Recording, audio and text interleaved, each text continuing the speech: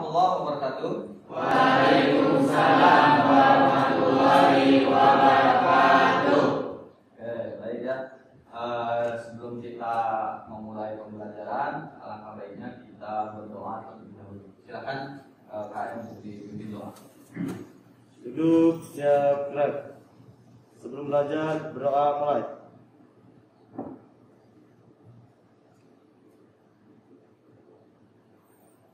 Berdoa selesai. Oke, saya bisa dulu terkait kehadiran hari ini ya. Ini teh kelas 10 kelas 1 ya? Ya. Oke, sebentar saya buka masker dulu biar suaranya agak jelas ya.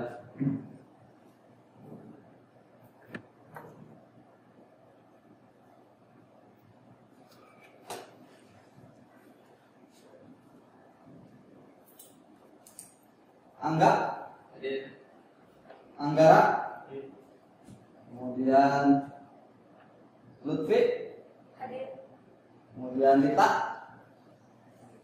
Anton, Hari, kemudian Dindin, kemudian Sandi Herul, Sandi Fauzan, kemudian Salman, kemudian Geta, terus Tera, oke, siapa yang belum? Siapa tuh? Oh, kok kamu nggak pakai kacamata sekarang? Oh, pantesan nih saya sulit mengenal. Nanda berarti ya, Nanda. Saya sengaja sih absennya ngacak. Kemudian siapa lagi? Oh, Repi ya. Kemudian sama Maulidi Salib. Oke, berarti hari ini kalian semua hadir semua ya. Ternyata kelas ini tetap kompak, selalu hadir, tidak ada pernah yang tidak hadir.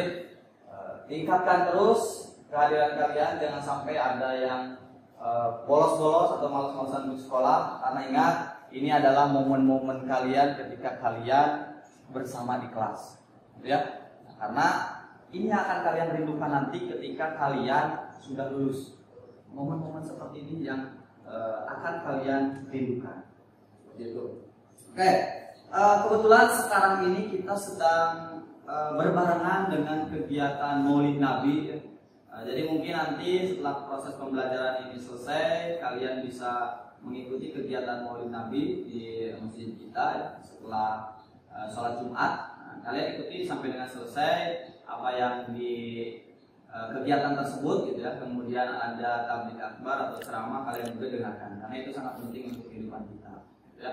Nah, memang cuaca hari ini seperti kita ketahui ya, pagi-pagi sudah hujan, kemudian siang-siang juga sudah hujan, kemudian lagi malam kadang hujan gitu, dari pagi sampai malam biasanya hujan terus ya. Tadi juga pagi-pagi sudah mendung. Mudah-mudahan mendungnya pagi ini tidak semendung hati kalian. Mudah-mudahan hati kalian tetap cerah untuk selalu mengikuti pembelajaran ini, terutama pembelajaran pemrograman. Nah, seperti yang sudah pernah saya katakan waktu dulu, waktu pertama-tama kali kita ketemu, bahwa pemrograman itu adalah ruhnya dari RPL ini. Nah, baik, saya buka dulu ini poin-poinnya ya, terkait apa yang akan kita pelajari hari ini. Ya. Oke, sudah terlihat ya? Bentar. Oke, sudah. Nah, kalau misalkan waktu kemarin kita sudah mempelajari mengenai tipe data, kemudian variabel, kemudian membuat program menggunakan operator-operator aritmatika. Nah, maka langkah selanjutnya atau pelajaran selanjutnya yang akan kita pelajari hari ini adalah mengenai algoritma dan pemrograman tentang struktur kontrol percabangan. Ya, tentang struktur kontrol percabangan. Awas, ngomongnya harus hati-hati. Struktur kontrol percabangan harus hati-hati ya. Jangan terburu-buru kalau misalkan berbicara masalah materi. Oke, kita lanjut. Ini adalah kompetensi dasar yang harus kalian kuasai di struktur kontrol percabangan ini. Ada dua kompetensi dasar. Yang pertama adalah kompetensi dasar terkait pengetahuan. Kemudian yang kedua adalah kompetensi dasar terkait keterampilan. Nah, yang pengetahuannya adalah kalian harus bisa menerapkan struktur kontrol percabangan dalam bahasa pemrograman. Kemudian untuk yang keterampilannya, kalian harus bisa membuat kode program dengan menggunakan struktur kontrol percabangan. Yang nantinya tujuan pembelajaran kita adalah ada 3. Yang pertama, nanti kalian setelah mengikuti pembelajaran ini, kalian itu bisa mengetahui struktur kontrol percabangan itu seperti apa, ya, penggunaannya seperti apa, ada apa saja di struktur kontrol percabangan itu. Kemudian kalian juga bisa merancang aplikasi sederhana menggunakan struktur kontrol percabangan, baik itu 1 kondisi, 2 kondisi, 3 kondisi, dan seterusnya. Itu tujuan pembelajaran kita hari ini. Mudah-mudahan tujuan kita hari ini bisa tercapai, kalian bisa memenuhi atau bisa memahami apa yang akan saya sampaikan ke depan. Oke, kita ulas nih. Ini gambaran umum atau secara keseluruhan apa yang akan kita sampaikan hari ini. Ada di depan. Yang pertama adalah operator relasional. Nanti kita akan belajar terkait ini. Kemudian yang kedua ada struktur kontrol, yaitu percabangannya. Kemudian ada logikanya atau operator logikanya. Ini akan kita pelajari. Nah, setelah itu saya akan kasih tahu dulu ya terkait kita belajar hari ini. Setelah itu nanti ada LKPD. Nah, seperti biasa ya, gambar kerja peserta didik yang harus kalian kerjakan. Ya. Nah, di sana ada membuat algoritma, flowchart, kemudian nanti ada kode program yang diminta dari LKPD itu. Kemudian nanti di akhir ada proses dan tugas. Seperti biasa pelajaran saya itu selalu dilengkapi dengan tugas-tugas kalian di rumah. Karena itu yang paling penting sebagai pengukuran tingkat kalian bisa atau tidaknya. Ya. Karena jangankan yang sering ada tugas, jangankan yang tidak ada tugas, yang sering ada tugas saja kadang suka sulit untuk mempelajari pemrograman. Apalagi yang tidak ada tugas sama sekali. Makanya saya selalu memberikan tugas itu supaya melatih kalian untuk terus melatih kemampuan supaya kalian semakin paham. Itu yang akan kita pelajari ya. Oke. Nah, sekarang kita akan masuk ke materi terkait struktur kontrol percabangan. Apa sih ini? Struktur kontrol percabangan itu apa sih? Struktur kontrol percabangan itu sebenarnya adalah pilihan. Nah, ini adalah sesuatu yang selalu ada ketika kalian membuat sebuah kode program. Atau bahkan ketika kita kaitkan dengan kehidupan kita sehari-hari, struktur kontrol percabangan ini selalu kita laksanakan. Kita bisa ambil contoh. Misalkan ketika kalian pertama kali bangun tidur, itu sebenarnya kita sudah dihadapkan dengan pilihan. Maksudnya gimana? Ketika kalian bangun tidur itu pasti ada 2 pilihan. Bangun taunya, bangun gak ya? Itu pilihan dong. Kemudian kalian pilih misalkan bangun dong, hari ini mau sekolah. Akhirnya bangun. Setelah bangun, kalian ada 2 pilihan lagi nanti. Sekolah enggak ya? Dingin nih, kayaknya malas sekolahnya. Itu pilihan lagi tuh. Ke sekolah enggak ya? Dia pilih ke sekolah. Setelah pilih ke sekolah, di jalannya itu kalian akan ketemu lagi dengan pilihan. Lanjut ke sekolah atau belok ya? Ya. Tak terminal atau ke sekolah ya? Bahkan sampai detik ini kalian berada di sini masih ada pilihan lagi. Apa pilihannya? Mendengarkan enggak ya? Gitu kan? Asa Korea apa ya? Mau naonnya si bapak teh kan gitu kan? Mendengarkan enggak ya? Memperhatikan enggak ya? Ngikutin enggak ya? Itu selalu ada pilihan. Nah, makanya hidup ini selalu diselimuti dengan pilihan-pilihan. Maka saya sering bilang bahwa life is choice. Hidup adalah pilihan. Ya. Setiap pilihan pasti selalu ada risikonya. Itu selalu pasti. Nah, makanya di struktur kontrol percabangan juga sama, bahwa pilihan-pilihan itu akan selalu ada. Ya, akan selalu ada. Paham sampai sini loh? Lanjut. Nah, kira-kira nih setelah tadi saya berikan contoh-contoh terkait pilihan-pilihan mulai kalian mulai bangun tidur sampai dengan berada di sini. Ada nggak yang mau memberi contoh terkait pilihan itu atau percabangan itu seperti apa? Nah, tahan dulu. Kalau minggu-minggu yang lalu saya selalu ke perempuan, sekarang saya pindah deh ke laki-laki. Nah, itu siapa ya? Angga deh, coba. Nah, gimana tuh? Contoh menurut kamu di struktur kontrol percabangan itu seperti apa? Pak, izin bertanya. Kan saya sering ke ATM. ATM. Mesin ATM merupakan pilihan atau bukan? Oke, pertanyaan bagus ya. Bahwa kata Anda adalah apakah mesin ATM itu termasuk ke dalam pilihan atau percabangan? Ya, itu salah satu contoh dari percabangan mesin ATM. Nah, kita bisa contohkan kan? Kita punya kartu ATM nih. Ini kartu misalkan nih. Ini kartu ATM, masukkan. Nah, pilihan juga kan sebelum memasukkan kartu sebenarnya masukin nggak ya? Nah, gitu kan? Itu masih pilihan tuh. Masukin kartunya. Setelah dimasukin kartunya pilihan lagi tuh. Isi PIN nggak ya? Kalau enggak, tarik lagi kan? Cancel kan? Kalau diisi PIN, kita masuk ke menu-menu yang ada di ATM itu. Setelah di menu ATM itu ada pilihan lagi banyak tuh. Ada transfer, ada penarikan, ada pembayaran, dan segala macam. Jadi yang Anda tadi sebutkan, ATM itu merupakan salah satu contoh dari pilihan di kehidupan kita realnya. Aplikasi nyata yang dibuat oleh orang-orang RPL itu salah satunya adalah ATM itu. Bahwa struktur kontrol percabangan itu selalu di sana. Kita masuk ke transfer, setelah transfer mau narik uang bisa langsung. Setelah narik uang mau bayar tagihan atau mau ngapain yang ada di menu ATM itu bisa kita lakukan. Nah itu contoh dari struktur kontrol percabangan. Ya, bagus ya. Nah ini udah mulai terangsang pemikirannya terkait contoh-contoh struktur kontrol percabangan. Ya awas ya, saya ulangi lagi, hati-hati berbicara masalah struktur kontrol percabangan. Memang agak rumit nih bicaranya ya. Oke, lanjut. Nah, saya lihat di depan bahwa ada beberapa operator relasional. Nah, ini yang akan sering muncul ketika kita membuat sebuah kode program. Ya, ketika kita membuat sebuah kode program akan muncul atau kita sering menggunakan operator-operator relasional ini. Yang pertama, ada lebih besar atau yang biasa disimbolkan dengan tanda huruf siku ke mana ya? Ke kanan, ya kan? Biasanya gitu kan? Lebih besar ke kanan saya maksudnya.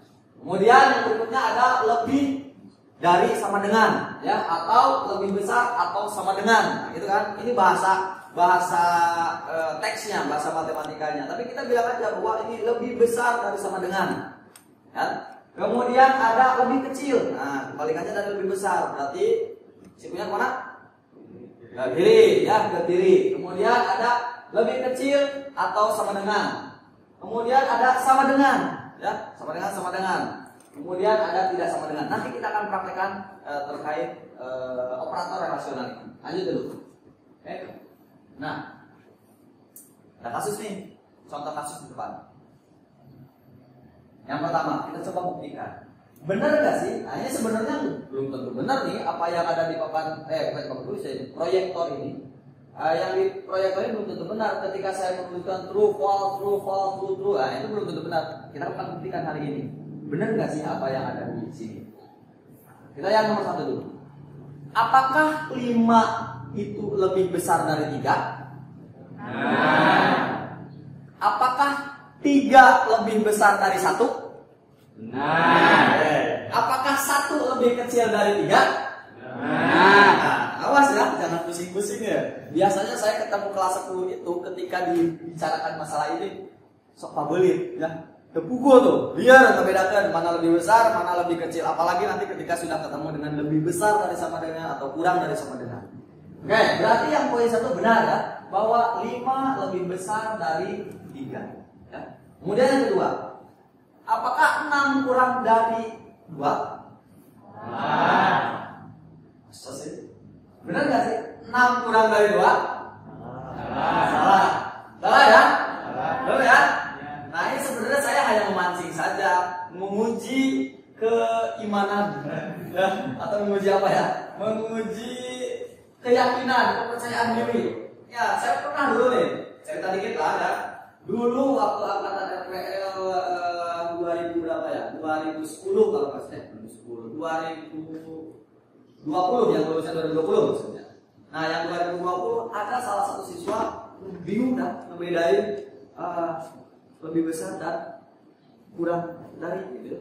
Ketika saya bilang apakah 100.000 lebih besar dari 50.000? Ya, nanti dia ketika berbicara uang. Tapi ketika saya bilang apakah 2001 lebih besar dari 2099, mulai dia pusing. 2001 lebih besar dari 2099. Lihat kan, sampai saya menjelaskan itu hampir setengah jam ke orang itu. Nah, karena sering terjadi itu. Ketika berbicara uang mah cepet kalian. Ketika berbicara angkanya 1 digit cepet juga. Tapi ketika sudah ada koma-komanya atau angkanya yang agak-agak rumit, nah mulai dari sana pusing. Ya. Jadi benar ya, jadi salah ya ini bahwa 6 itu lebih kecil dari 2. Harusnya itu adalah 6 lebih besar dari 2. Yang selanjutnya, apakah 45 tidak sama dengan 34? Benar ya? Apakah 6 berapa sih? 45 tidak sama dengan 34? Benar ya? Bahwa 45 itu bukan sama dengan 34. Kalau sama dengan itu tandanya adalah sama dengan. Jadi sama dengannya ada 2. Kita buktikan lagi yang ketiga. 5 tambah 4 kurang dari sama dengan 3 kali 3. Benar atau salah? Benar. Kita coba hitung nih. Oke. Nih, kita lihat. Berapa sih angkanya? 5 tambah 4 ya. 5 tambah 4 kemudian kurang dari sama dengan 3 kali 3. Kata dari presentasi itu menyatakan bahwa itu adalah benar. Nah, kita buktikan. Ingat, kita itu harus bisa membuktikan bahwa segala sesuatu itu harus ada ilmunya. Ya, benar gak sih? Benar. Bapak anak kita ditulis itu nah benernya bukan aku salah. Bisa jadi ya. Nah, kita buktikan. Nah, buktikan satu-satu. 5 tambah 4. Berapa 5 tambah 4? 9. Nah, kemudian 3 kali 3? 9. Ya. Nah, berarti di sini tandanya dikurang dari sama dengan. Apakah 9 kurang dari sama dengan 9? Iya kan? Karena ada sama dengannya. Jadi ketika ada sama dengannya, maka si 9 ini masuk. Ya. Nah, jadi karena ini ada sama dengannya, maka 9 itu kurang dari sama dengan 9. Ya. Nah, kalau misalkan gini, ada contoh lagi. 10 kurang dari 9. Benar atau salah? Benar atau salah? 10 kurang dari 9. Salah ya. Jangan sampai bilang benar. Yang ini adalah pas. Ya. Nah, gitu. Oke, lanjut ke yang berikutnya. 6/7 lebih dari sama dengan 12/7. Benar atau salah? Benar kan? 6/7 kemudian lebih dari sama dengan berapa tuh? 12/17. Ya, 6/7 berapa nih? 0, sekian. Kemudian 12/7 juga 0, sekian ya. Nah, kira-kira berarti 0,1. Oke. Benar sih, lebih besar dari sama dengan 12/7. Oke, paham ya sampai sini terkait operator relasional? Oke, kita lanjutkan. Yang selanjutnya adalah, nah, ini definisi dari percabangan yang tadi kita sudah bahas mulai dari kalian bangun tidur sampai ke sekarang. Bahwa percabangan itu adalah suatu kondisi di mana suatu instruksi tidak dijalankan secara sekuensial. Artinya tidak dijalankan secara sekuensial itu adalah tidak dijalankan secara berurutan. Kalau sekuensial itu 1, 2, 3, 4, 5 terus berurutan. Tapi karena kita sedang berbicara mengenai struktur kontrol percabangan, maka yang kita lakukan itu adalah tidak berurutan seperti itu. Bisa lacak kemana-mana. Seperti halnya yang kalian tadi contohkan adalah mesin ATM itu. Dari kita mau ke transfer, kemudian mau kita ke penarikan, mau kita ke pembayaran, itu tidak ada urutan. Tidak harus misalkan transfer dulu, setelah transfer baru bayar. Nggak ada urutan itu. Bayar dulu, transfer dulu, narik dulu, silakan. Yang terpenting adalah ayah duitnya. Dan yang terpenting adalah ada uangnya. Ayo, transfer uangnya nggak ada. Mau jalan-jalan kasih aplikasi. Oke, seperti itu ya. Nah, kemudian ada satu contoh kasus di dalam kehidupan sehari-hari. Ada 2 wanita si A dan si B.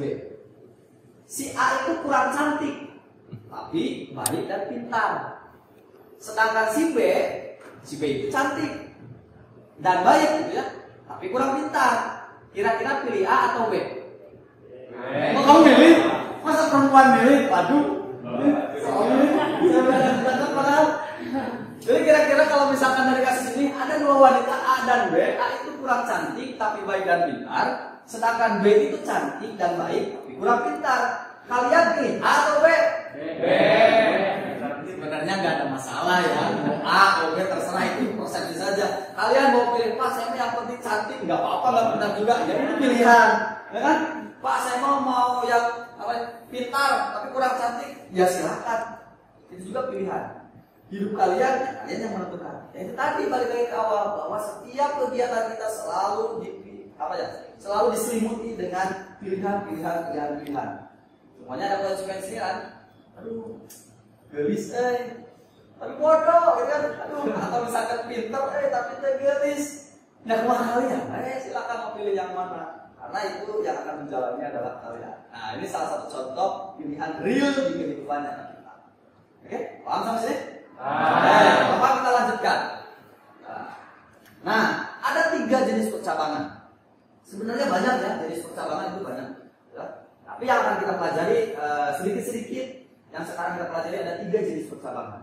Yang pertama adalah percabangan tunggal. Yang kedua adalah percabangan ganda. Yang ketiga adalah percabangan lebih dari 2, artinya majmuk atau bertingkat. Nah, itu yang akan kita pelajari hari ini. Seperti apa contohnya? Kita akan praktekkan satu-satu. Ya, sekarang kalian silakan dibuka dulu, dinyalakan komputernya. Yang belum ada aplikasinya, silakan dibuka dulu aplikasi atau diinstal dulu aplikasi. Boleh silakan dibuka dulu Sublime Text dan Apache Server, ya, untuk menjalankan program yang akan kita buat itu. Oke, silakan dibuka dulu Apache Servernya, dijalankan, kemudian Sublime Text-nya dijalankan juga. Ya? Nah, sudah, sudah. Ada. Nanti kita praktekkan terkait struktur kontrol percabangan itu, mulai dari percabangan yang 1 kondisi, 2 kondisi, ataupun percabangan yang majmuk atau percabangan yang banyak. Sudah buka semua? Sudah? Oke. Sip.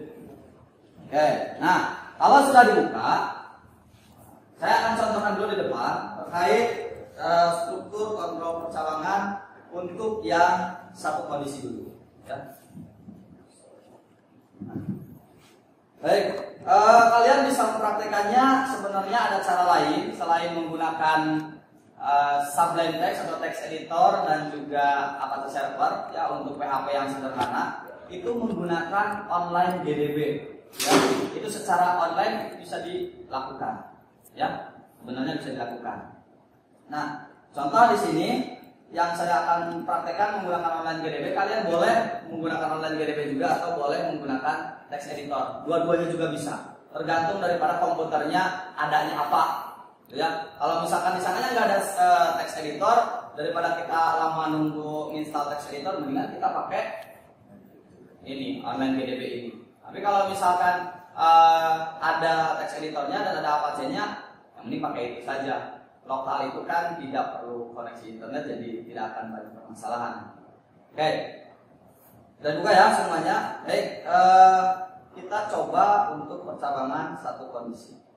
Kita ganti dulu bahasa pemrogramannya di sini. Oke, menjadi PHP.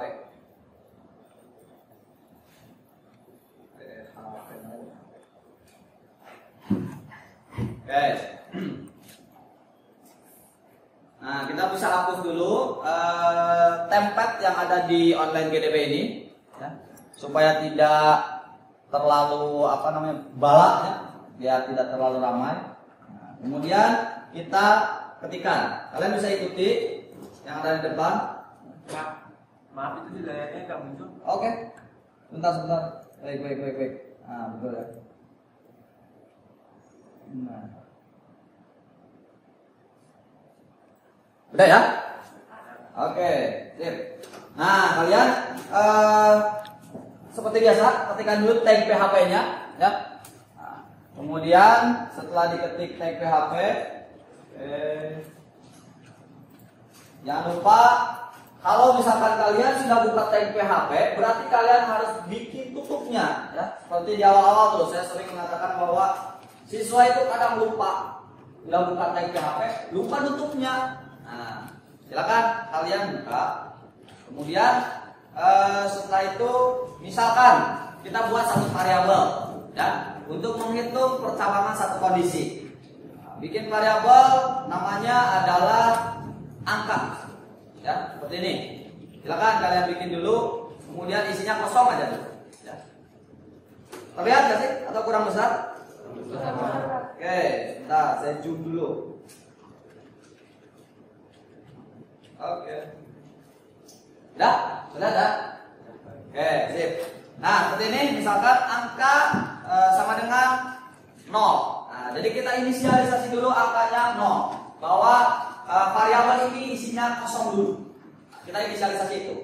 Kemudian setelah itu kita bikin percabangan untuk satu kondisi. Maka caranya adalah if kemudian kondisinya apa, ya? Oke. Sebentar, saya pakai ini.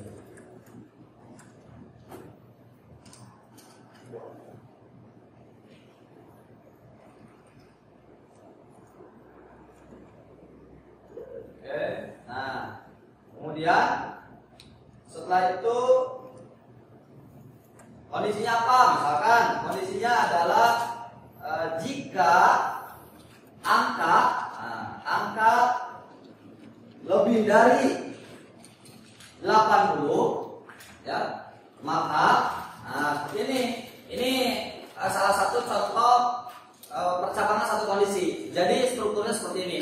If kondisinya apa, kemudian statementnya mau apa, hasilnya mau ngapain tuh dengan angka yang lebih dari 80 itu. Nah, misalkan kita tampilkan pesannya adalah lulus. Nah, oke, seperti ini. Silakan diketik dulu. If angka lebih dari 80, maka tampilkan lulus. Sudah? Oke, kalau sudah, angka yang tadi diisi kosong kita coba masukkan dulu supaya terlihat hasilnya. Gimana? Tambahkan, misalkan masukkan angkanya adalah 90. Nah, silakan kalian coba dulu. Jadi, dolar angka sama dengan 90. Kemudian if angka lebih dari 80, maka tampilkan lulus. Sudah? Oke, kalau sudah ini bisa dirunning. Nah, enaknya menggunakan online GDB itu kita tidak perlu buka browser lagi, kita tinggal running di sana tuh sudah muncul hasilnya di sini, ya kan? Lulus. Coba kalian jalankan. Nah, kalau kalian kan harus menjalankannya buka browsernya, kemudian localhost, itu kan? Kemudian disimpan di folder. Nah, kalau misalkan ada yang lupa nih, saya ulangi lagi nih untuk buka di XMPP-nya. Jadi kalian buka folder XMPP, ya.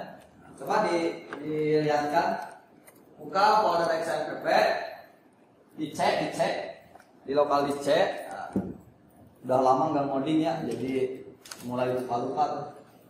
Lokal dicek, kemudian ke XMPP, kemudian ke htdocs. Nah, di sana bikin folder.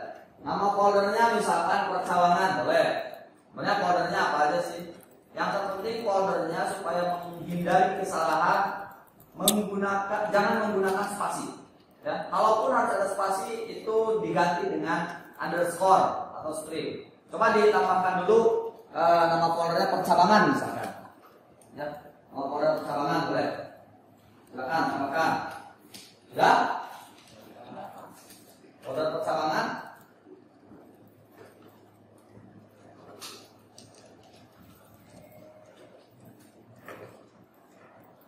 Sudah belum?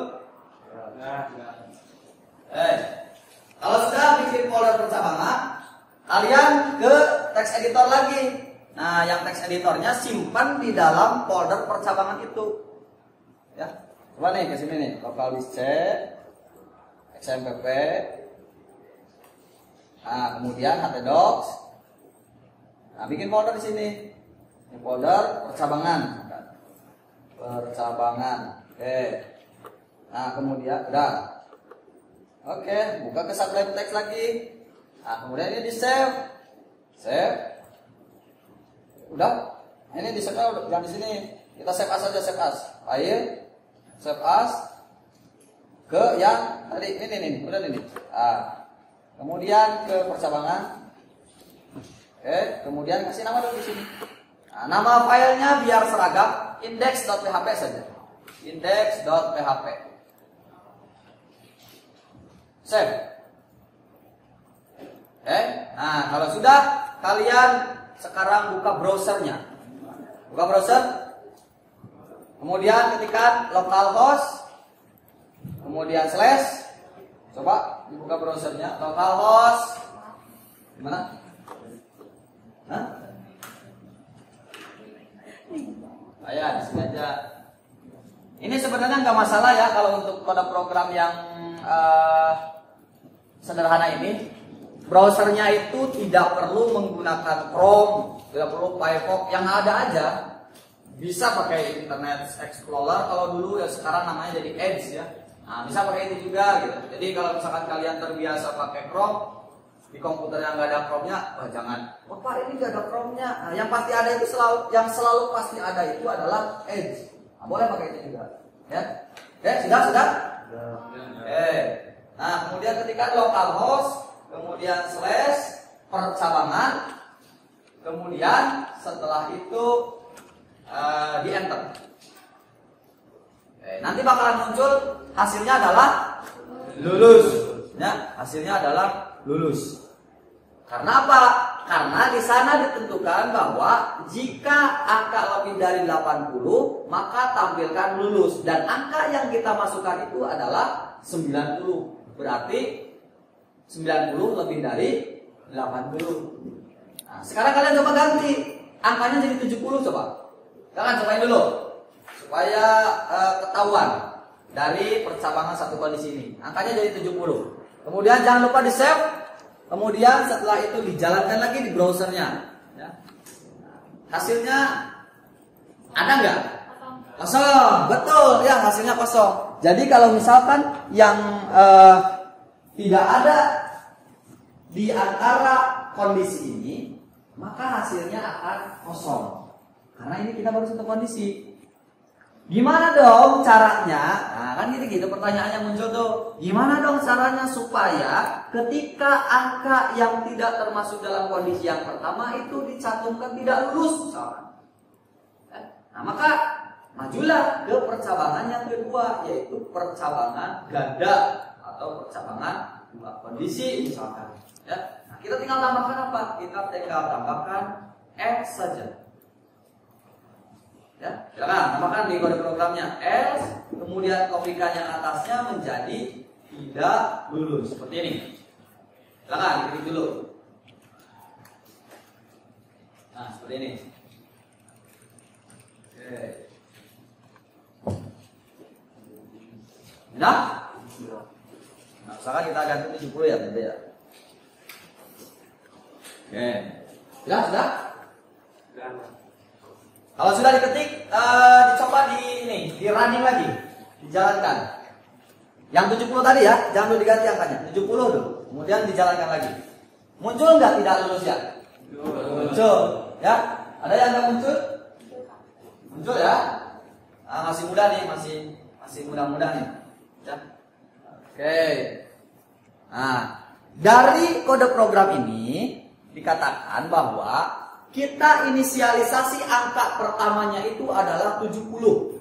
Ya. Kemudian diceklah. Nah, diceklah dengan kondisi yang pertama. If angka lebih dari 80, maka tampilkan lulus. Kemudian jika bukan dari angka itu, else, tampilkan tidak lulus. Nah, angka yang pertama kali kita tunjukkan adalah 70. Maka itu masuknya adalah ke else-nya, atau ke kondisi yang keduanya, ke yang tidak lulusnya. Karena di kondisi yang pertamanya adalah lebih dari 80. Pak, saya mah pengennya yang lebih dari 70 yang lulus. Berarti yang harus dirubahnya adalah yang kondisinya. Nah, silakan sekarang kita ganti. Angkanya jangan 80 patokan pertama untuk lulusnya, tapi menjadi 70 misalkan. Nah, setelah itu jalankan dulu. Ya, nanti bakal muncul nih sesuatu hal, ya. Ya. Kita coba 70 kemudian jalankan. Munculnya lulus atau tidak lulus? Tidak lulus. Kenapa tidak lulus? Karena operatornya ada yang kurang. Jika operatornya nih, perhatikan dulu ini. Misalkan if angka lebih dari 70, maka di sini lulus misalkan. Else tidak lulus. Nah, misalkan gini. Ketika kalian menginisialisasi angka pertamanya di sini adalah 70, kemudian masuk ke kondisi if angka lebih dari 70 maka lulus, dan jika tidak lebih dari 70 tidak lulus, maka angka 70 ini akan masuk ke else-nya. Kenapa seperti itu? Karena yang dia hitung itu atau yang dia cek itu yang lebih dari 70, bukan yang lebih dari sama dengan 70. Artinya si 70-nya mah nggak masuk tuh ke si kondisi ini teh. Kalau misalkan di sini 70, di sini lebih dari 70, maka sebenarnya nggak masuk ke sini teh. Gimana Pak supaya masuk? Supaya masuk tambahkan di sininya sama dengan. Ya, silakan tambahkan. Untuk membuktikan, benar nggak sih? Nah, kita tambahkan dulu di sini sama dengan 70.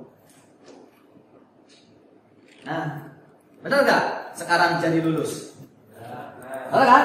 Nah, itu bedanya. Nah, makanya penulisan kode program itu sangat sensitif. Seperti halnya perempuan. Ya, sangat sensitif. Harus hati-hati. Kurang dikit salah tuh. Padahal kan hanya tinggal sama dengan kan, hanya satu karakter sama dengan saja, tapi itu bisa efeknya besar.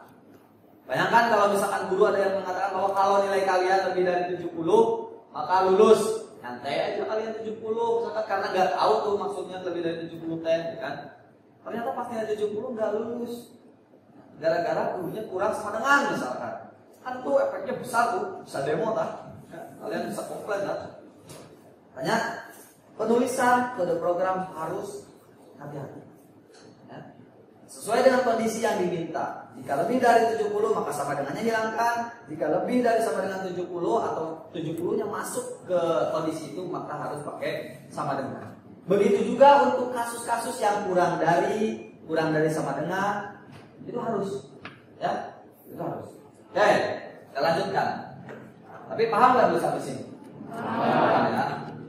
Paham. Kalau paham kita lanjutkan. Yang itu baru yang satu kondisi, dua kondisi. Nah, kemudian kita lanjut untuk yang statementnya ada tambahan.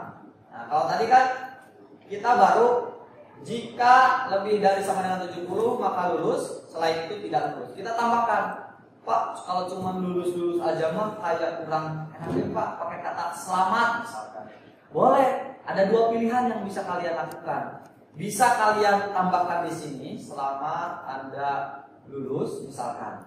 Atau bisa juga kalian menambahkannya seperti ini. Jadi ada print dua kali, ya. Nah, misalnya seperti ini. Selamat Anda. Oke. Kita jalankan dulu deh. Coba dulu. Nah, bisa seperti ini. Atau Pak, saya mah kalau kayak gini mah terlalu banyak misalkan. Nah, kita bisa langsung ditambahkan di yang ini. Kita running lagi. Hasilnya akan sama. Selamat Anda lulus. Cobain dulu. Bisa nggak kalian? Oh, cobain.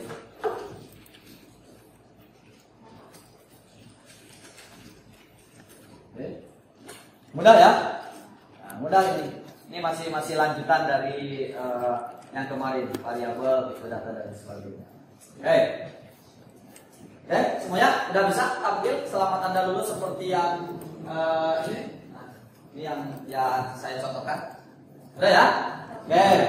Kalau begitu kita sekarang ke percabangan yang 3 kondisi misalnya. Ya. Nah, misalkan kasusnya gini. Kasusnya adalah jika angka lebih dari 70 nilainya adalah A. Misalkan, ya, begini deh. Ada contoh sederhana nih. Saya bentar, kita lihat contoh lain. Nah, misalkan ini. Jika nilai lebih dari 40 dan nilai kurang dari 60, maka tampilkan nilai hurufnya adalah C. Dan jika lebih dari 61 dan kurang dari 80, tampilkan B. Jika lebih dari 81, tampilkan A. Ini adalah contoh percabangan dengan 3 kondisi. Gimana cara bikinnya?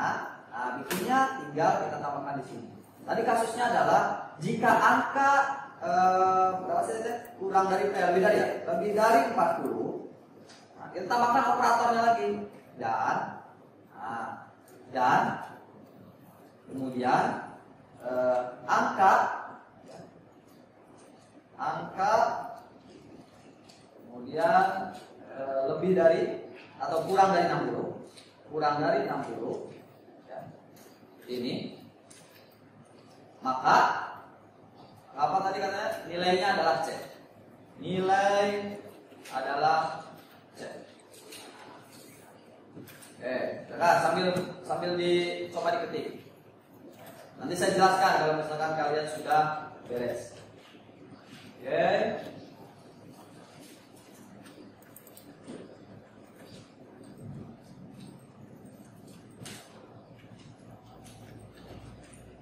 Nah. Kemudian ada kondisi lagi, else if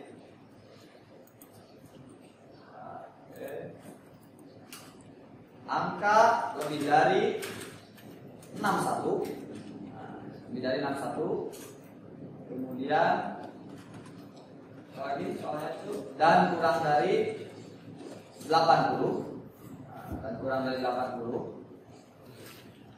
angka kurang dari 80 ini, oke, maka ini nilainya adalah B.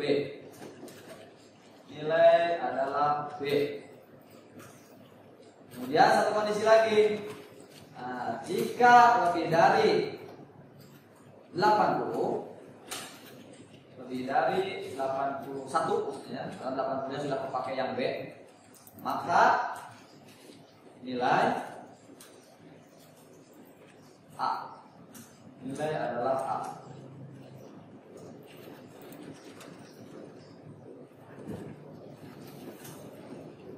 Oke.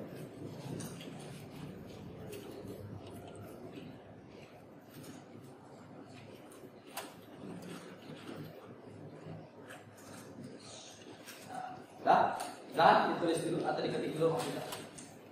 Ketik dulu ya. Jika angka lebih dari 40 dan angka kurang dari 60, maka tampilkan nilai C. Kemudian jika angka lebih dari 61 dan angka kurang dari 80, tampilkan B. Kemudian jika lebih dari 81, maka tampilkan nilainya adalah A. Sudah? Biasakan ngetiknya 11 jari, 10 jari ya. 11 jari. Lu biasa kan gini, ganti agak ayat tambah deh 3 gitu ya. Kelas 10 memang biasanya kayak gitu. Jadi masih malu-malu, masih takut-takut. Nah, sekarang biasakan. Karena kalian itu kesehariannya yang ini, megang komputer. Mau ambil ke megang komputer, pasti pegang komputer. Kalau sudah, silakan sambil dijalankan. Barangkali ada yang error-error atau ada yang masalah, bisa kita diskusikan. Kita coba.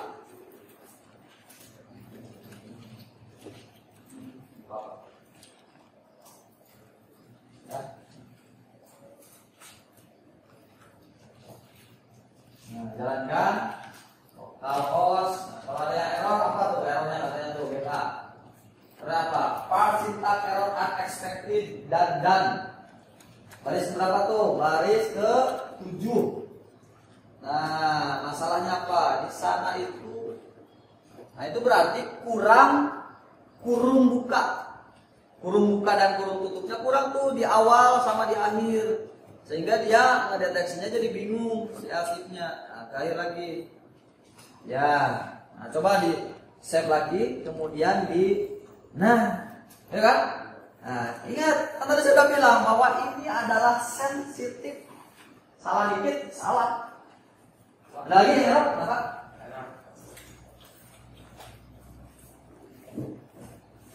Nah, ini juga sama nih kayak sengketa tadi. Coba dibuka di source code-nya. Silakan. Jadi kurung bukanya tuh tambahin di sini nih. Di sini satu, di sini satu. Di sini. Iya, di sana satu. Kemudian di sebelah kanannya di ujung satu lagi. Oke, save. Nah, sekarang yang atas juga sama, yang if yang atas juga sama. Nah, itu juga sama tuh. Ujungnya juga sama. Ya, terus Ini enggak Pak? nggak usah. Itu kan hanya satu apa namanya? Nggak ada yang dibandingin. Nah, nanti kita jelaskan ya, biar. Oke. Bentar, ini dulu nih. Jalanin dulu. Ada ya? Tidak. Oke, coba lihat. Nah, ini sama ke subline text lagi. Jadi kurungnya itu di sini tambahin satu kurung bukanya, yang ini kurung tutupnya tambahin ini juga kan gak ada kurungnya tuh. Kurung tutup satu lagi. Nah, di awal juga tambahin. Oke. Nah, yang kedua juga sama, yang else kedua. Nah, main di sana, di ujungnya udah. Coba jalan lagi, save dulu. Lagi, kemudian running. Nah, ya. Oke. Udah ya. Nah, saya jelaskan deh. Ini. Saya jelaskan, coba lihat ke papan tulis.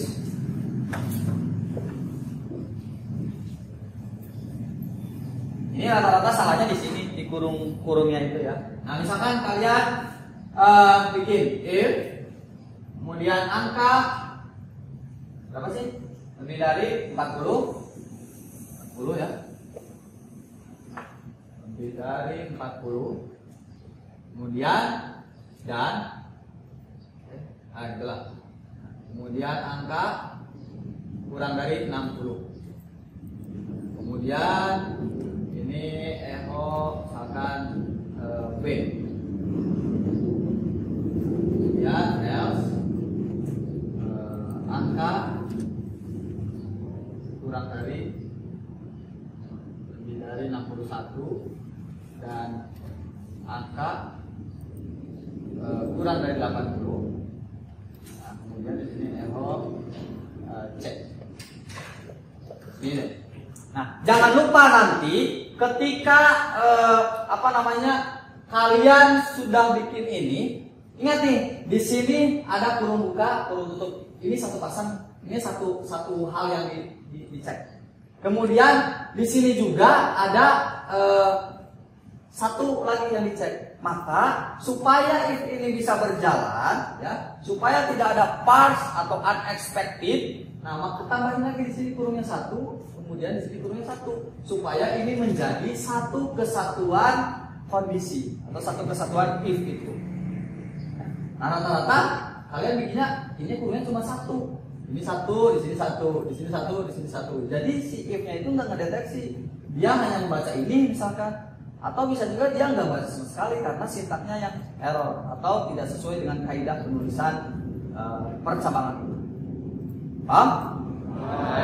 Baik. Nah, kalau paham, kita lanjutkan materinya. Yang berikutnya itu kita coba. Tapi tadi ini nggak ada yang error ya? Udah semuanya udah benar semua ya? Udah? Nggak ada yang masalah? Oke. Jika tidak ada masalah, maka ada yang ditanyakan?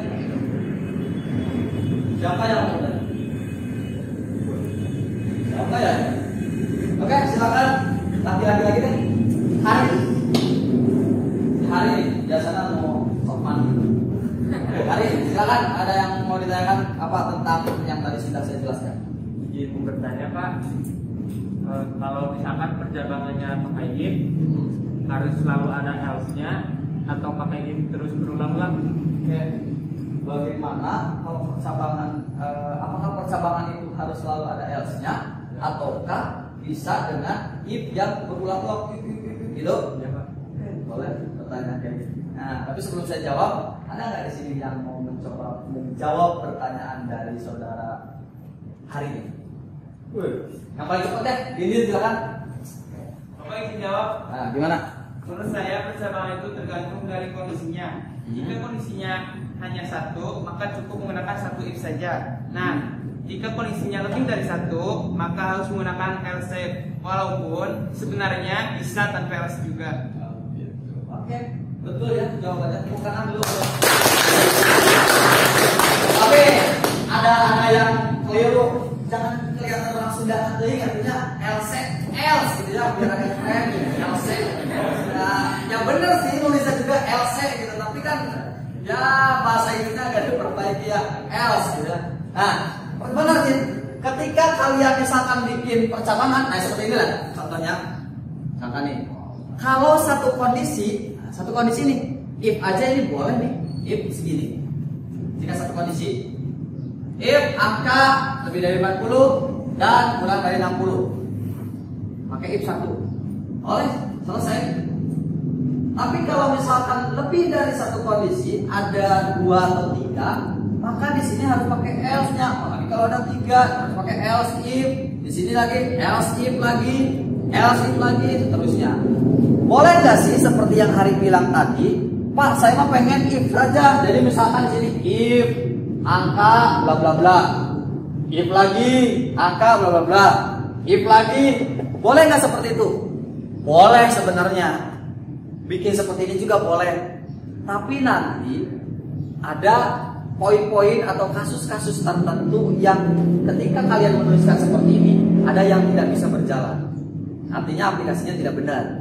Ditambah lagi, ketika kalian melihat kaidah penulisan percabangan, maka if seperti ini kaidahnya kaidah yang salah.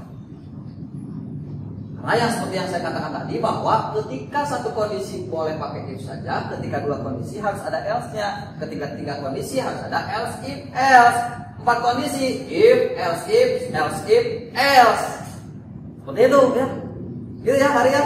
Nah, jadi kamu nanti sesuaikan dengan kasusnya. Jangan sampai kamu ada 100 kasus, if aja semua. Nah itu bukan nggak boleh sebenarnya, boleh-boleh aja. Cuma ada nanti yang poin-poin yang mungkin tidak akan bisa berjalan, ya. Atau ada sesuatu kondisi di mana yang kondisi tersebut tidak bisa berjalan. Seperti itu. Ya. Oke. Ya. Nah, baik, kalau misalkan sudah pada paham terkait percabangan ini, maka yang harus kalian lakukan adalah ini hal-hal yang kalian takutkan atau hal-hal yang kalian gak mau sebenarnya ya. LKPD, Lembar Kerja Peserta Didik. Ini yang harus kalian kerjakan hari ini. Saya sudah buka atau sudah upload di Google Classroom terkait LKPD-nya. Ya, terkait LKPD-nya sudah saya upload di Google Classroom. Kalian tinggal nanti di-download saja LKPD-nya, kemudian nanti kita bikin kelompok, ya. Nah, jadi kalau misalkan sebelum-sebelumnya kita nggak pernah bekerja secara berkelompok, sekarang kita akan coba berkelompok. Nah, namun karena kondisi pandemi COVID ini yang tidak membolehkan kita kelompoknya yang kelompok pasif, artinya berkerumun. Nah, kira-kira ada nggak yang mau memberikan saran? Bagusnya kelompoknya seperti apa ya kita ini? Ada nggak? Coba tangan. Wih, KM bener sih harus bisa. Oke, gimana kegiatan menurut kamu? Kelompok gimana kalau dibagi per baris saja Pak? Oh, jadi ini kelompok 1, 2, 3 gitu ya. Satu baris. Gimana ya? Baris. Tapi ini harus laki-laki dan perempuan bareng nih, nggak boleh laki-laki semua. Udah ya, dia ada semua yang ada perempuannya ya. Ini 2, 1, 2. Udahlah, karena memang gak mungkin ya, gak ada perempuannya lagi. Boleh seperti itu ya, silakan. Nah, jadi berarti kita sepakati bahwa kelompok kita ini supaya tidak terlalu berkerumun, maka kelompoknya satu baris saja. Ini kelompok 1 deh, kelompok 1, kelompok 2, kelompok 3. Nah, diskusinya pun kalian jangan berkerumun ya, supaya aman. Gimana diskusinya? Diskusinya boleh via Google Classroom. Bisa kalian menggunakan handphone kalian, bisa kalian kalau koneksi internetnya ada di komputernya, boleh pakai koneksi internet yang ada di komputer. Tapi kalau nggak ada, ngobrolnya di Google Classroom. Jadi diskusinya adalah diskusi virtual. Orangnya ada di sini, tapi ngobrolnya di dalam dunia maya. Nah, ini suatu hal yang baru juga nih buat kita, gitu ya, karena memang kondisi pandemi mengharuskan berpikir sedemikian rupa gimana caranya supaya pembelajaran tetap berjalan, kemudian diskusi kelompok tetap berjalan, tetapi tidak melanggar protokol kesehatan yang sudah ditentukan. Ya. Oke, jadi kalian bisa nanti diskusi di Google Classroom terkait dengan KPD-nya. Sebelum kalian diskusi, saya coba bahas dulu ya bagaimana cara pengisiannya. Nah, di sini kita buka dulu KPD. Ya. Nah, di sini. Kita buka dulu KPD.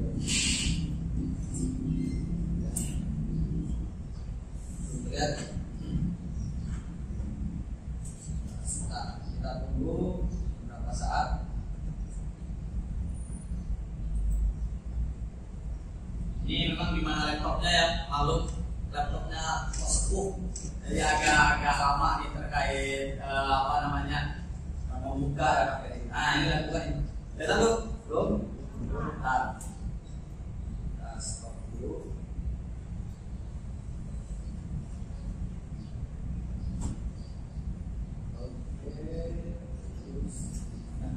Ya.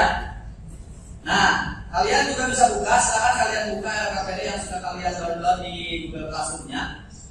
Sudah pada ada kan ya, KPD-nya. Coba dibuka. Nah, di sana di bagian halaman paling atas, ya, di halaman paling atas.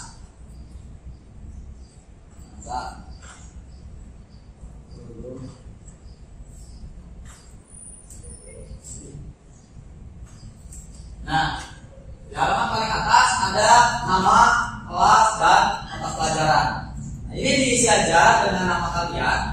Walaupun ini kerjanya secara berkelompok, tapi diisi aja namanya secara individu karena nanti di Google Classroom saya akan cek per kelompok itu siapa saja namanya. Ya. Kemudian ini ada kompetensi dasar yang harus kalian kuasai di KPD itu. Tadi sudah saya jelaskan di bagian awal. Nah, di bagian yang langkah kerja. Nah, ini ada contoh kasus dari KPD ya, bahwa di sana ada kasus pengelompokan usia termasuk kemanakah usia tersebut. Kalau dikasih ini, apakah dia termasuk bayi, apakah dia termasuk balita, anak-anak, remaja, pemuda dan seterusnya ya. Nah, jadi ketika usianya 0 sampai 1 tahun itu adalah bayi. Ketika 1 sampai 3 tahun itu adalah balita. Nah, ini hal baru juga kan, biasanya kita balita gitu ya. Ternyata ada balita tuh dari usia 1 sampai 3 tahun. Balita itu dari 3 sampai 5 tahun ternyata. Kemudian yang tergolong ke dalam anak-anak itu adalah anak-anak SD, yaitu anak-anak yang 5 sampai 12 tahun. Barulah kalian ini sekarang yaitu termasuk ke dalam kategori apa? Remaja, tidak sekalian remaja, perpindahan dari anak-anak remaja. Kemudian ada pemuda, dewasa dan lansia. Nah, ini bisa kalian nanti praktikan, ya. Bisa kalian praktikan terkait apa namanya KPD ini. Nah, ini cara membuat algoritmanya. Ya. Mulai masukkan umurnya, kalian bisa buat seperti ini. Jadi KPD yang harus kalian kerjakan juga sama. Jadi harus buat algoritmanya. Ini udah dicontohkan. Kemudian nanti bikin power chart-nya. Kira-kira power chart-nya seperti ini. Kemudian ada kode programnya. Ya. Nah, kalian bisa lakukan ini. Kemudian jika sudah melakukan pembuatan ini terkait algoritma power chart dan kode program yang dicontohkan, maka langkah selanjutnya adalah kalian membuat membuat ini. Tugasnya adalah ini yang dimaksud tugas kelompok. Ya. Oke, kalau misalkan sudah terlihat, boleh deh dibaca dulu sama seorang sebelum kalian mengerjakan. Kayaknya yang paling dekat si Hari ya Hari. Silakan dibaca dulu Hari soalnya dari mulai yang Indonesia ini. Kamu baca aja yang kamu, jangan ada di pemangku, yang ada di proyektor, yang kamu bilang saja biar tidak terlalu pusing bacanya. Nah, di soal ke bawah, di bagian yang hasil dan analisis. Di sana ada soal. Nah,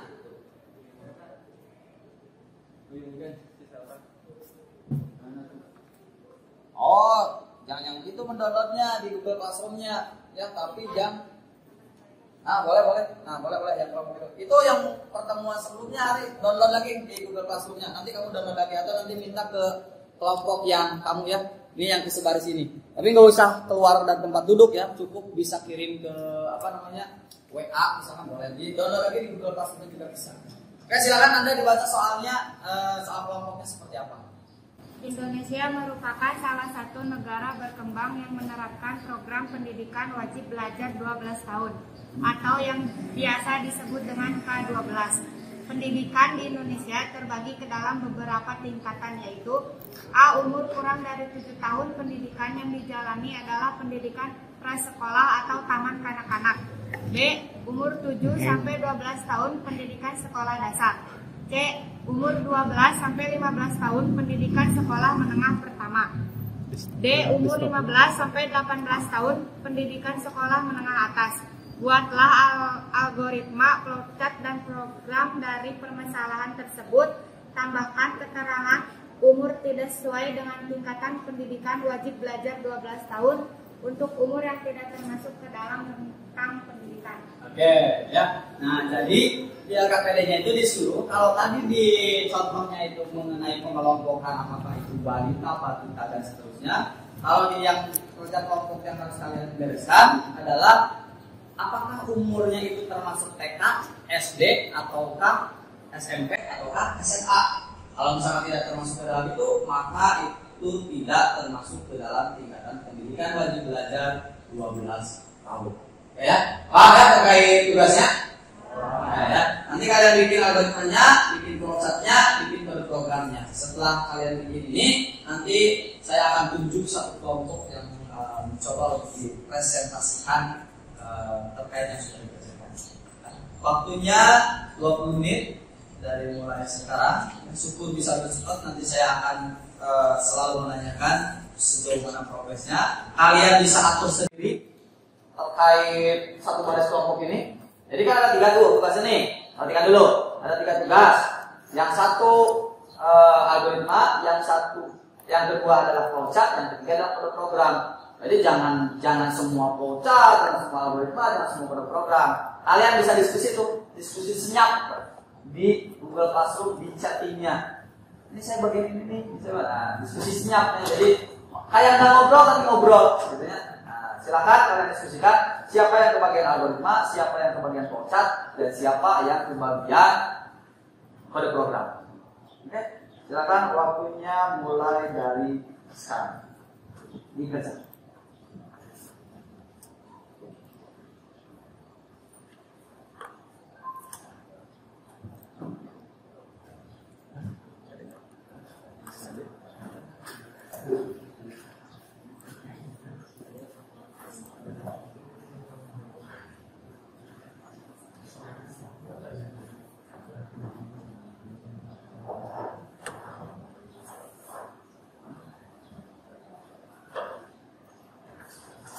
Silakan dikerjakan ya.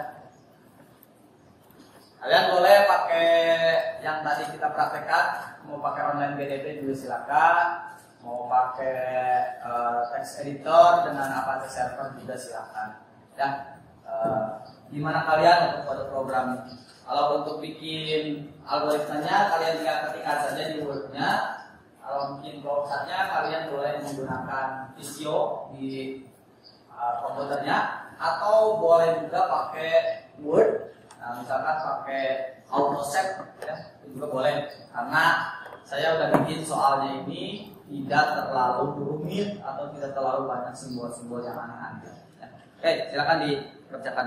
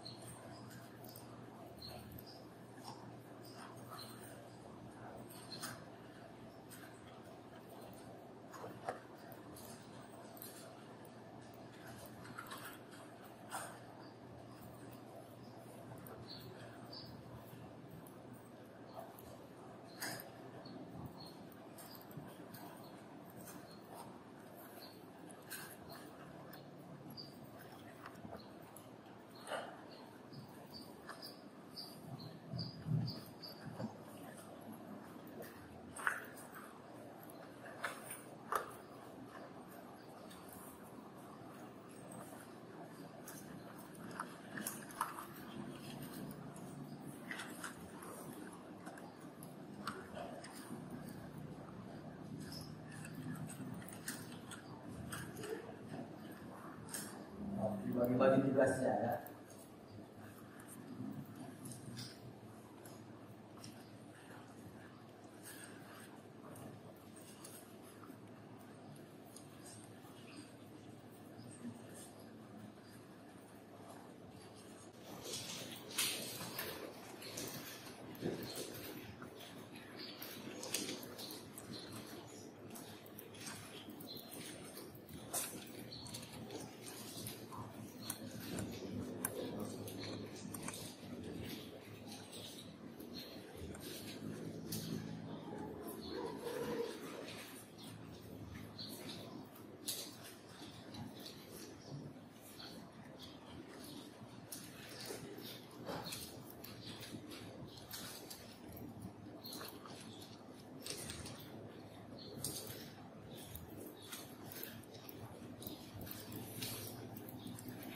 Silakan yang boleh diskusinya di chat yang menggunakan handphone kalian, silahkan, ya, nggak masalah.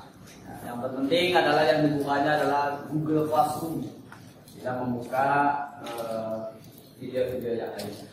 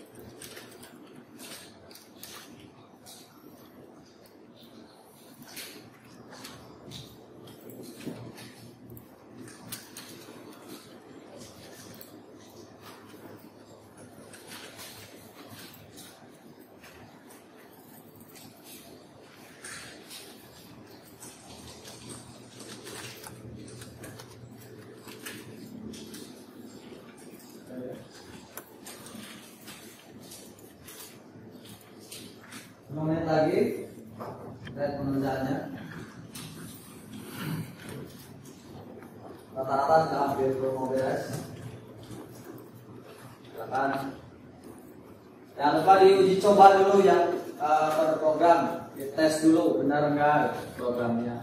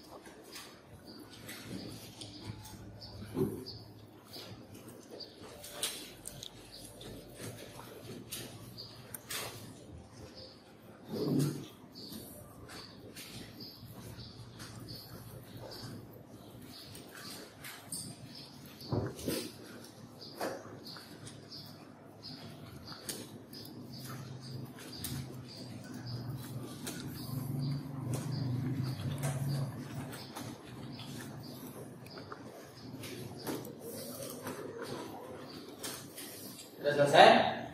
Bentar lagi Pak. Silakan, masih ada waktu. Silakan nanti dikerjakan.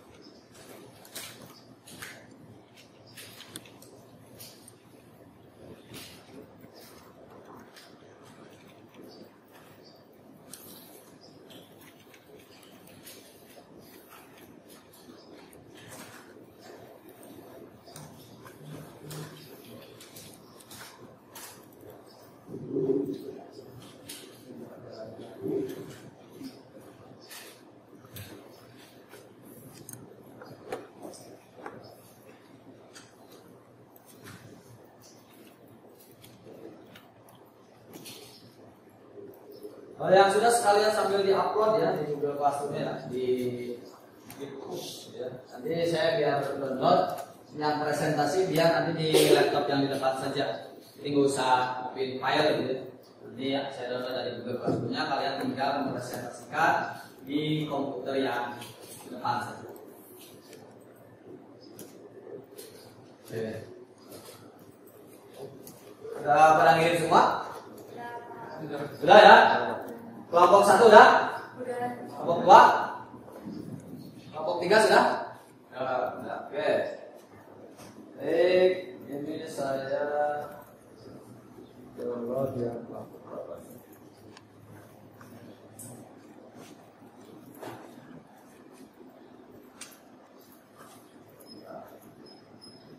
Jadi muncul berita ya.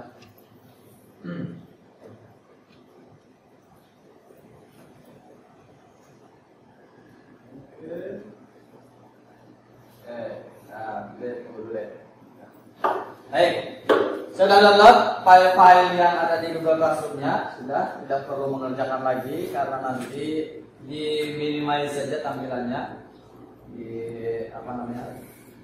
tidak usah diedit lagi karena sudah diuploadkan oleh kalian semua di Google Classroom itu.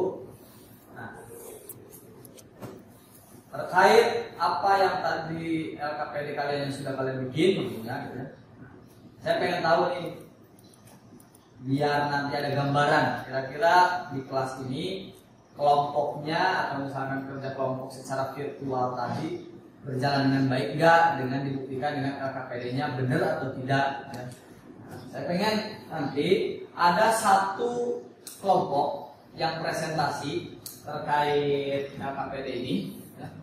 Nanti akan saya komentari terkait presentasinya seperti apa, hasilnya seperti apa, apakah sudah sesuai atau belum. Nah, saya random saja nih yang saya download. Saya download nih kelompoknya siapa nih? Atau saya lihat, kalau tadi siapa sih yang saya tanyakan? Yang nanya tadi Angga, Ali, Dindin ya, yang jawabnya ya. Nah, berarti saya cari perempuan ya. Kira-kira itu siapa ya? Biasanya dari muka akun kalau yang isu itu. Kalau misalkan dilihat dari sini, nah ini yang kuat itu biasanya yang perempuannya hanya satu. Biasanya kuat tuh. Nah, kuat kuat menghadapi tekanan di antara laki-laki yang lain. Jadi saya pilih aja yang kelompoknya ini adalah yang kelompok tengah. Nah, yang kelompok 2. Silakan kalian presentasikan. Saya udah download file di sini. Kalian demonstrasikan aplikasinya. Nanti saya komentari dari belakang. Silakan. Gak usah semua. Yang 2 orang saja. Satu yang operasi ini, satu yang mempresentasikannya. 2 orang saja. Nanti yang lainnya jika ada tambahan boleh tambahkan. Jika tidak ada tambahan, yang 2 orang ini. Karena itu mungkin hasil kerja kelompok juga. Ya. Silakan untuk kelompoknya. Siapa berarti? Nanda dan siapa lagi laki-lakinya? Sandi, Pak.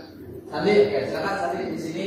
Anda akan menjelaskan di depan. Saya nonton dari sini. Yang lainnya perhatikan, awas. Yang lainnya perhatikan, jangan ada yang buka-buka filenya, edit-edit disamain dengan yang si Sandi atau kelompoknya Sandi ini. Perhatikan, benar nggak atau sesuai nggak yang sudah kalian buat? Silakan ke bawah, ke kasusnya aja langsung ya, biar kita ini. Nah, kata sedikit. Nah, ini kan kasnya tadi ya. Silakan dimulai untuk dijelaskan.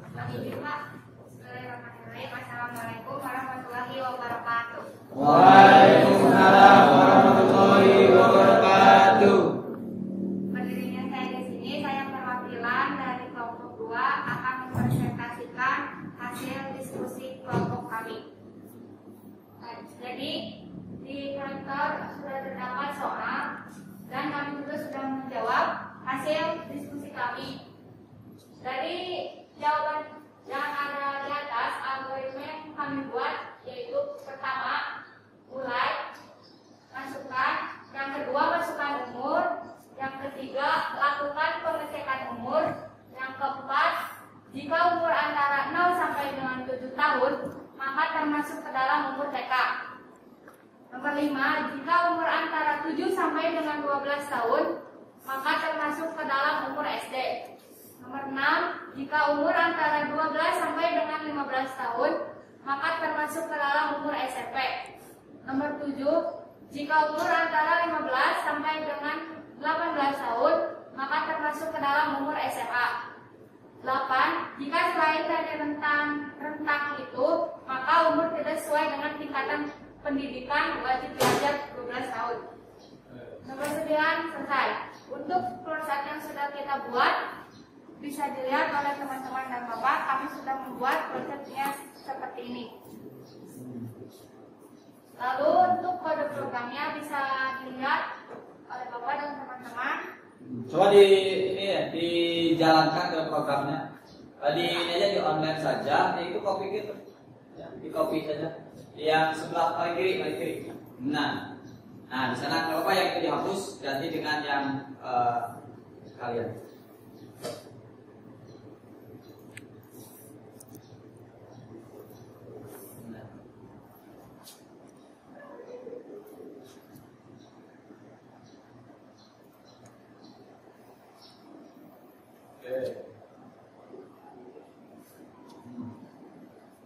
Gua dicek dulu tuh, ke atas kayaknya ada yang error tuh. Nah, yang apa tuh? Ketiknya kan? Yang baris 3. Tadi ganti.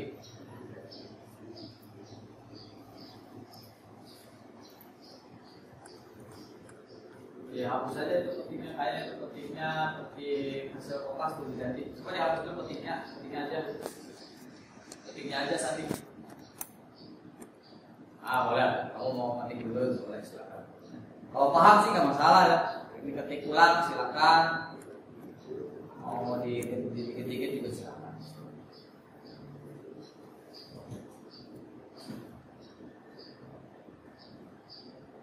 Oke.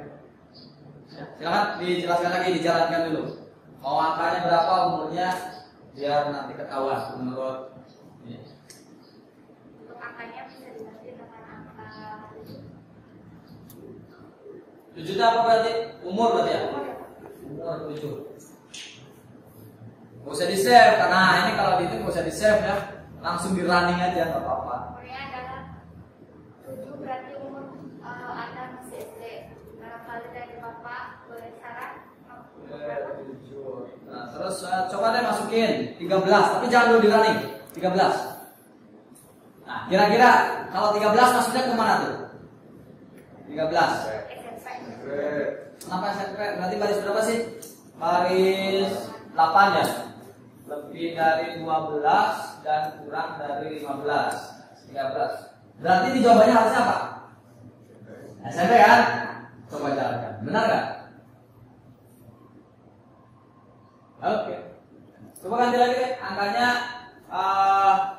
30 tahun. Termasuk nggak ya? Termasuk siswa nggak ya 30? Coba jalankan. Apa munculnya? Di soal. Nah, Tidak sesuai dengan tingkatan pendidikan. umur Anda 30, umur tidak sesuai dengan tingkatan pendidikan wajib belajar 12 tahun. Oke, bagus ya. Tepuk tangan untuk kelompok 2. Jadi tadi setelah saya lihat di algoritmanya ya udah mengarah ke benar. kemudian di flowchart juga sama. Namun kalian harus juga tahu bahwa algoritma dan flowchart itu tidak mutlak harus seperti itu. Di pertemuan awal dulu kan waktu kita pertemuan pertama kali ketemu tuh pernah dibilang kalau nggak salah sama kamu ya, sama Nanda juga kan, bahwa flowchart itu tidak ada aturan bakunya, yang terpenting ada input, proses dan outputnya. Ya. Nah, coba berarti tampilkan dulu yang flowchartnya, yang boardnya ya, boardnya. Nah, kata sedikit. Nah, udah. Di sana sudah kelihatan bahwa yang terpenting ada mulainya, ada selesainya, prosesnya yang banyak itu. Bahwa itu pengecekan ya. Ada di sana decision kayak di item itu menunjukkan bahwa pilihan apakah umurnya berapa dan berapa. Ya. Oke, terus ke bawah ke program tadi sudah dijelaskan ya, bahwa programnya juga sudah sesuai dan benar. Ya, kira-kira LKPD-nya seperti ini. Ya. Terima kasih untuk kelompok ini, silakan untuk ditutup dan silakan. Sekian dari kami. Wassalamualaikum warahmatullahi wabarakatuh. Waalaikumsalam warahmatullahi wabarakatuh. Oke, ya. Bukan lagi sekali lagi. Bagus ya. Jadi ini filenya untuk kelompok 2, ya, algoritmanya, kemudian flowchartnya, dan kode programnya. Nanti yang kalian juga sama, yang kelompok 1 dan kelompok 3 juga sama, akan saya cek. Minimalnya seperti ini. Kalau untuk algoritma dan flowchart, yang terpenting adalah mendekati ke kebenaran. Tapi kalau untuk yang kode program itu harus benar. Walaupun caranya mungkin beda-beda. Kalau yang dicontohkan oleh kelompok 2 ini, kelompok Sandi ini, nah, yang dicontohkannya itu adalah yang dicek dari mulai umur terkecil. Umur lebih dari 0 dan kurang dari 7, dari terkecil kan, kemudian naik. Kalau misalkan kelompok 1 atau kelompok 3 dari yang terbesar dulu, ya boleh-boleh aja, nggak masalah. Ya, nggak salah kok. Yang terpenting adalah ketika saya masukin angkanya 15, itu harus SMA berarti. Ketika saya masukin angkanya 13, itu harus SMP. Ketika saya masukin angkanya kurang dari atau -1 misalkan, berarti itu tidak termasuk ke dalam tingkatan umur yang dimaksud soal. Seperti itu. Nanti saya akan cek terkait ini, ya, terkait LKPD ini, dan nilainya akan saya post langsung di Google Classroom yang kelas kita. Oke, baik, kita lanjutkan LKPD. Oke, kemudian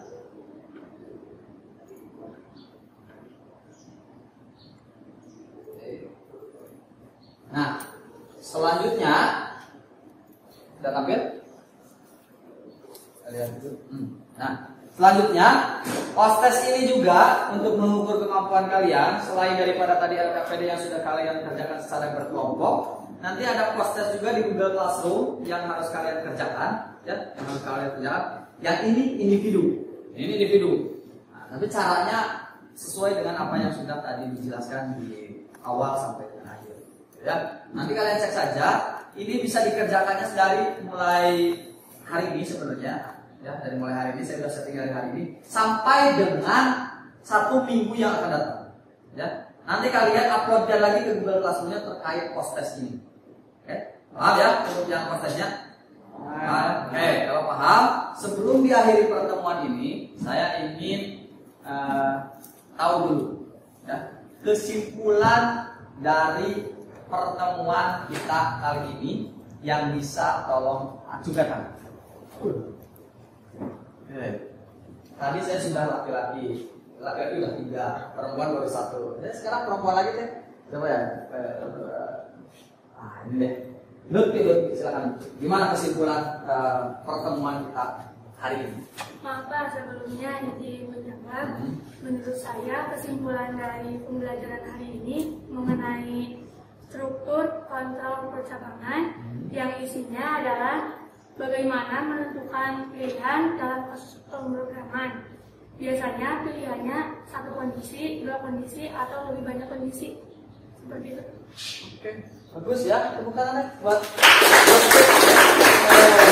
berarti memperhatikan nih ya, bahwa kesimpulan kita hari ini adalah mengenai struktur kontrol percabangan, yang mana yang sudah kita praktekkan tadi adalah struktur kontrol percabangan mulai dari 1 kondisi, 2 kondisi, dan juga 3 kondisi.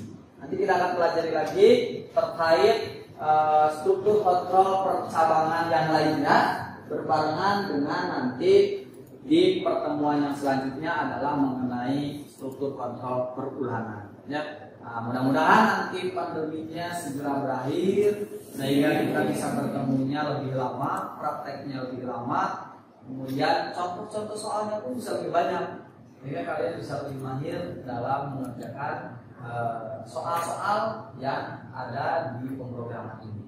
Ya, oke, itu saja mungkin untuk pertemuan kita kali ini. Mudah-mudahan pertemuan kita kali ini ada manfaatnya. Ya, apa yang sudah tadi saya sampaikan, apa yang sudah dipresentasikan oleh kelompok 2, kemudian apa yang sudah dikerjakan oleh kalian semua, itu bisa menempel di otak kalian dan bisa menjadi bekal kalian untuk kesuksesan kalian di masa yang akan datang. Ya. Nah, mungkin sebelum kita pulang ada pesan dari saya bahwa ini kan sebentar lagi untuk laki-laki hari Jumat, berarti Jumatan. Jangan lupa Jumatan dulu, kita Jumatan di sekolah saja. Kemudian yang perempuannya mungkin bisa ikut keputrian, kerohanian dan sebagainya. Nanti setelah itu kalian bisa mengikuti Maulid Nabi, ya. Bisa mengikuti Maulid Nabi sesuai dengan rencana dari sekolah. Dan setelah itu kalian jangan kemana-mana lagi, langsung pulang ke rumah karena kondisinya masih belum stabil. Kemudian juga pandeminya masih ada gitu ya. Nah, ditambah lagi sekarang musim penghujan, jadi harus tetap dijaga kesehatannya. Ya. Nah, tidak ada atau tidak musim hujan juga pandemi ini selalu dengan cepat menyebarnya. Apalagi kalau misalkan kita kondisinya di musim hujan ini imunnya harus kuat. Ya. Jangan sampai ada siswa kita, sekolah kita yang terkena COVID-19. Ya, mungkin itu saja. Tetap jaga 5M. Tetap jaga 5M. Kalian bisa hafal lah, saya diskutin 5M teh baik mana 5M ya. Tetap jaga itu. Nah, sebelum kita pulang silakan dipimpin doa pulang. Duduk siap pulang. Sebelum pulang berdoa mulai.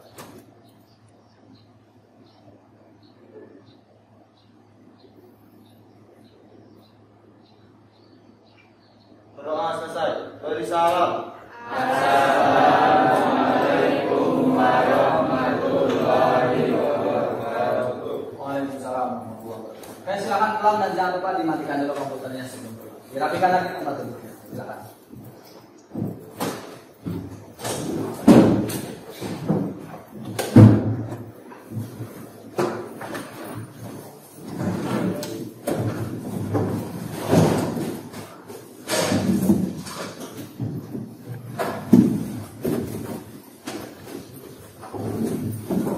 Dirapikan lagi tempat duduknya, jangan kosong.